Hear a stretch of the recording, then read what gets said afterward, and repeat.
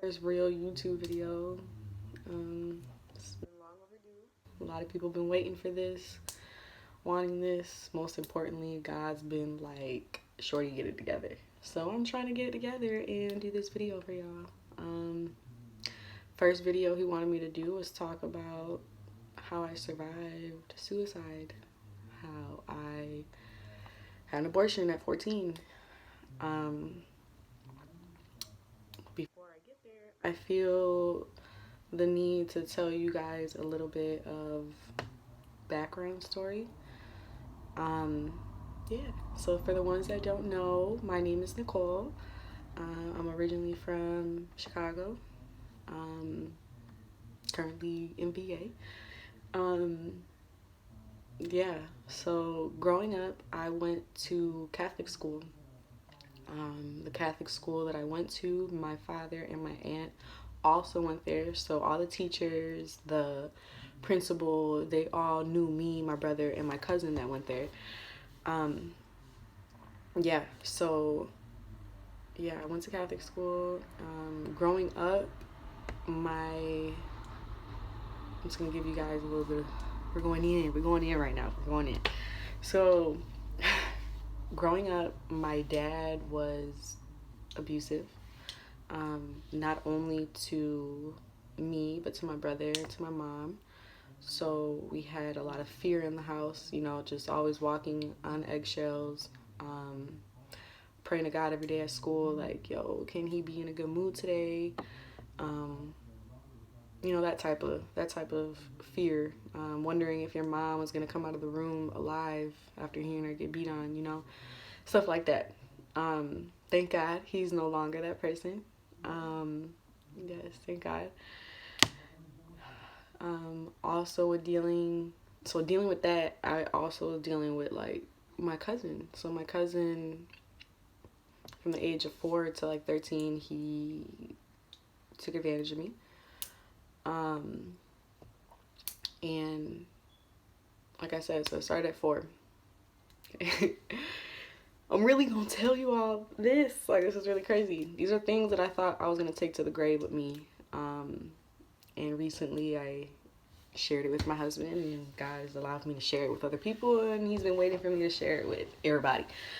So yeah, preschool, I preschool and kindergarten, I remember teaching other girls what I had learned. Yeah, I remember teaching girls what I had learned. And I remember kindergarten, one of the girls that I had taught, she had questioned where I had learned that. And I was honest. I let her know that it was my cousin. Mind you, remember my cousin went to that school, so she knew that cousin. She was like, I'm gonna go tell your dad. I'm gonna go tell your dad. I'm gonna go tell your dad. And I was like, no, I'm gonna tell my dad, you know? I remember from that day just seeing them have the conversation, you know, because my dad would come and pick us up every day. And, you know, I just remember her going to have the conversation with him and like walking to the car and just like, yo, it's gonna be crazy. I remember sitting in the car and like my dad just like putting his hand like that and looking, because I was sitting in the back seat. He was like looking like, why'd you say that? And to be honest with y'all, I honestly don't remember what I said. I don't remember if I said I don't know out of fear or if I just told him like that's what happened. Um, and honestly, I don't really remember because the next thing I remember is just getting backhanded and saying never to say that again. Um, so I didn't. I hit it. It continued. But I didn't say nothing about it. Yeah, I didn't say nothing about it. Fast forward, my parents finally got divorced, and my mom moved us to the suburbs, and I went wild. I went crazy. I started being fast. I started ripping and running the streets. I started slanging. Started having girlfriends. Started stealing. Started sneaking out, sneaking people in. I was just going wild, really, really wild. Um, fast forward. Um, I ended up getting pregnant at 14, and yeah, I ended up getting pregnant at 14. Um, and the boyfriend I had at the time, he knew, his family knew. Um, my family didn't. You know, we hid it. Yeah, we hid it. We just acted like we nothing really changed. I remember just getting like prenatal pills, and that was pretty much it. I didn't go to the doctors or anything like that. Yeah, I just took prenatal pills and was just like that is what it is. Mind you, at the time, like it's against abortion. I was writing papers on it and stuff like that for whatever reason. That was not what I was for. Um, fast forward. Me and that boyfriend ended up skipping school one day, and he ended up getting caught. I didn't, but he did. And it led to basically him hitting me up and telling me that, yo, my mom's gonna come over and tell your mom. So I was just like, hold the phone. What you mean? Like, I should probably go tell my mom. I should probably go tell my mom. She probably deserves to hear it from me than from anyone else. So that's what I went to go do. I had my mom sit down in the living room and I let her know that I was pregnant. She actually knew it. She said, I knew it. I knew it. I knew it. She'd been asking me monthly, like if I had gotten my period, and I would lie and just say, yeah, I did. Um, mind you, my mom was also pregnant at the time. She was also pregnant at the time. After telling her, I just remember her being disappointed. Just real disappointed, just hurt, just real hurt. I remember going upstairs to my room and my stepdad came home early and I remember him just wanting to see my belly and feeling my belly and realizing that it's actually pretty far along. Um, it's actually 17 weeks. Um, it was actually 17 weeks. And yeah, um, I remember the next day them telling me that we were gonna go to the doctors. We were gonna go to the doctors, so that's what we did. Um, in my mind, I thought we were going to the doctors, like checkup, whatever. I guess their definition of doctor was a little bit different, and we ended up being at an abortion clinic, and I didn't know it because like the way that we came in was just real fast. Like filling out paperwork was fast. I didn't have glasses at the time, so I wasn't really paying attention to the wording of what was going on. It just looked like um, a normal doctor's office. And then, we're going to the ultrasound room and they're doing the ultrasound. And I'm like asking to see the ultrasound. He's like not trying to show me the ultrasound. And I'm like, yo, what's up? Like, can I see? He's just like, no, we don't do that here. And I'm looking at my mom like, what you talking about? Like, where are we at? Then she was, showing me to calm down. I remember seeing change. I remember going to another office after that. She said she was gonna talk to me later about it, but I remember putting my pants on and like going to the office room, and it was like two doctors, her, um, and they were just telling me to sign this paperwork, explaining how the 2-day procedure was gonna go. Because I was so far along, it had to be a 2-day procedure. Um, and I just remember looking at my mom like, yo, like, this is not what I want to do. Like, this is not what I want to do. She told me I didn't have a choice. She told me this is what we had to do. I feel like if I have regrets, my biggest regret would probably be not running out of that room. Um, I don't know if I was even allowed to. I don't even, honestly, I haven't even checked in to see if like I had rights then to, like to even do that. Probably should do that. Yeah. Uh, I remember after signing the paperwork, because it was a 2-day procedure, they had to put some sort of seaweed in me, I guess, to open up the cervix. Um, Went and sent me back home. And told me to come back the next day. I wasn't allowed to eat after that. Um, and yeah, I just remember, honestly, don't remember even speaking to my mom, speaking to my stepdad. I just remember just being in shock that this was happening, and just wanting to get under my bed, like get under the covers and just be in bed. Um, Next day comes, and I just remember, so there was a second seating area for the girls that were going to have the procedure, and I just remember Tyra Banks being on. I remember sitting there just like trying to be normal, I guess. Yeah, I was irritated that I had to sit there by myself. Like, why couldn't my mom sit there? Um, and then I remember being taken to the operation room. Put a mask over, they said that I would be out in a couple seconds, couple minutes, whatever they said. All I remember is that the doctor also went to the same high school that I went to, so that was like kind of the conversation we were having as I was going out. And yeah, the procedure happened, right? And then I remember waking up.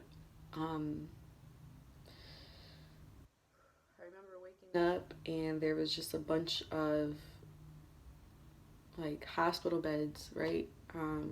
Remember hearing the sounds of crying, commotion, just great. It was like a movie. It's just like a movie. I remember like the moment that I just regained consciousness, or however you say that. Um, I remember like just trying to get out of bed and like just go, and they're like, "Hold on, like no, you gotta stay. We gotta check. Like we gotta check you. We gotta do some tests." And yeah, and I'm like, "Where's my mom?" Like like go get my mom. And they're like, "Oh, we'll go get her." And I just remember asking to use the bathroom, and I go into the bathroom and just putting my pants down and just seeing how much blood there was, and just remember crying. Just remember sitting in the corner and crying, just crying, crying. Like I didn't really know God was real back then, but I just felt like God was mad at me. He was disappointed. Like I just felt like he was so mad at me. Yeah. After that, I remember just going home and getting on the covers again and just like not wanting to eat, not wanting to go back to school. Um, just I fell into depression, and I remember telling that ex that had happened. I remember him crying. Cried with him. Um, I remember finally like going back to school and like just being numb, like just being so numb. Um, and I started having thoughts of suicide. Um, wasn't long. I feel like it was like 3 days after I went back to school that I was just like, yeah, I can't do this. Like I can't do this. Remember going to my mom at that point and just letting her know, like, hey, I am no longer the same. Like, there's something wrong with me up here. Like, I need help. And that's not like me to do. I never really been clearly, because, I never told anybody about what happened to me then. Um, Nobody really knew, like, outside of family how my dad was. So it's not like it's never been a thing for me to, like, just be vulnerable like that. Um, so I remember just telling my mom, like, yo, I need help. Like, I need to talk to somebody, I need help. And I remember her just looking at me and just telling me, like, You'll be fine. You'll get over it. Is her was her exact words. Um, and I just remember like nodding my head and just being like, yeah, I ain't never asking for no help again. Like I ain't asking for no help again. That was stupid. Um, and it was the next day next night that I decided I was going through different scenarios in my head of how I was gonna do it and all that good stuff. And my stepdad is a really big guy. He has a lot of health issues and he has a lot of pills. So I just was like, I'm gonna go downstairs to the cabinet and and that's what I did. Anything and everything that was in that cabinet, I took handfuls and I just threw them down. I remember going back to my bed and just laying there and feeling my body. I remember just feeling my body like I just started seeing white stuff. I had shortness of breath. The pills were working. And I just remember like feeling the need, like, nah, I'm not ready. Like, I got scared and I was just like, I'm not ready. So I remember walking to my mom's room and fainting. I fainted in the hallway and I'm not really sure how long I was out. It felt like a second and I got right back up. Well, I didn't really get right back up. I started crawling. I started crawling to a different room for whatever reason. I started crawling to a different room which had my stepdad's mom. She was in town visiting and she was in that room. So for whatever reason, I ended up crawling to her room and like letting her know, you need to go get Abram and my mom. Like I'm dying. Not telling anybody that I had took the pills because in my mind I was like, yo, if I tell them, like they gonna take me to the white room and they gonna put me in that white jacket and y'all never gonna hear from me again. So I didn't tell them that I had took those pills. I remember like my mom coming to the room and like, yo, what's wrong? My stepdad, I'm telling my stepdad, like, you gotta carry me, I can't walk. My mom, I remember telling my mom, like, I'm dying. Like, I remember telling her, like, I love her and stuff like that. And she's like, you're not dying. Like, calm down, relax. Like, we're going to the hospital. Hospital's, like, down the street. So I'm going to the hospital and they end up doing all these tests and stuff like that. And it all led to basically them saying that I had low potassium. So they didn't find none of the pills that were just taken. They didn't find absolutely anything else and told me to eat more bananas. So I'm like, and nobody could really understand how crazy that was for me because I'm like, yo, I just took so many pills. Like, how are y'all gonna tell me that I need bananas? Like, that's all I need? So I was like, well, God, like, that's weird. That's really weird. Yeah, that's really weird. After that, I definitely slowed down. It wasn't as bad. Uh, I wasn't as bad. I definitely wanted to have children after that. I remember feeling the desire to just have children after that, and wanting love. Like I just wanted, to settle down and stuff like that. Yeah, I just remember having to go through all those emotions.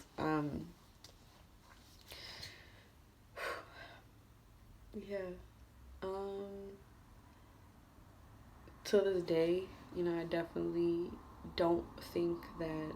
I feel like people don't really see like the other side of what happens to you mentally after abortion. You know,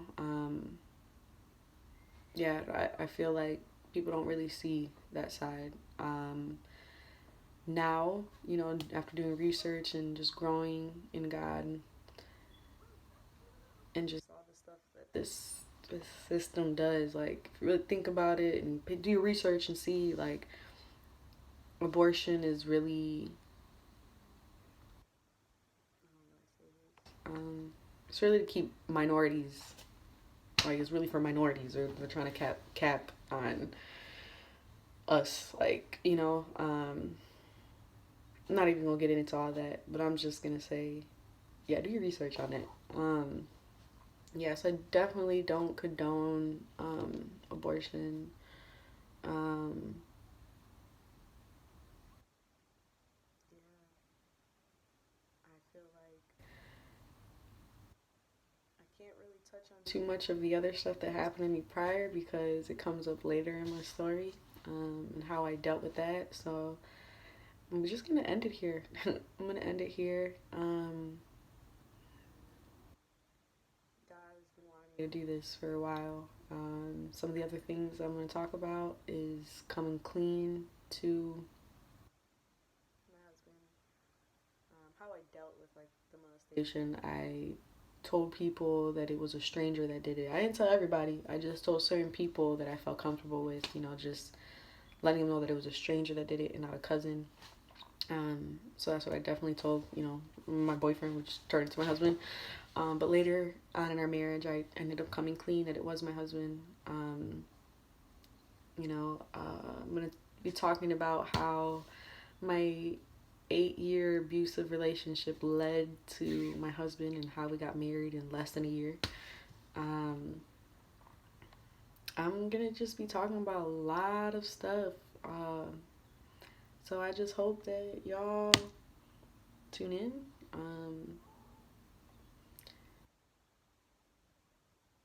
I'm just really telling my story.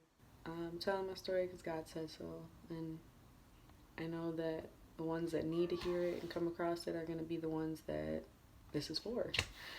Um, yeah, I really appreciate y'all for watching, for showing love.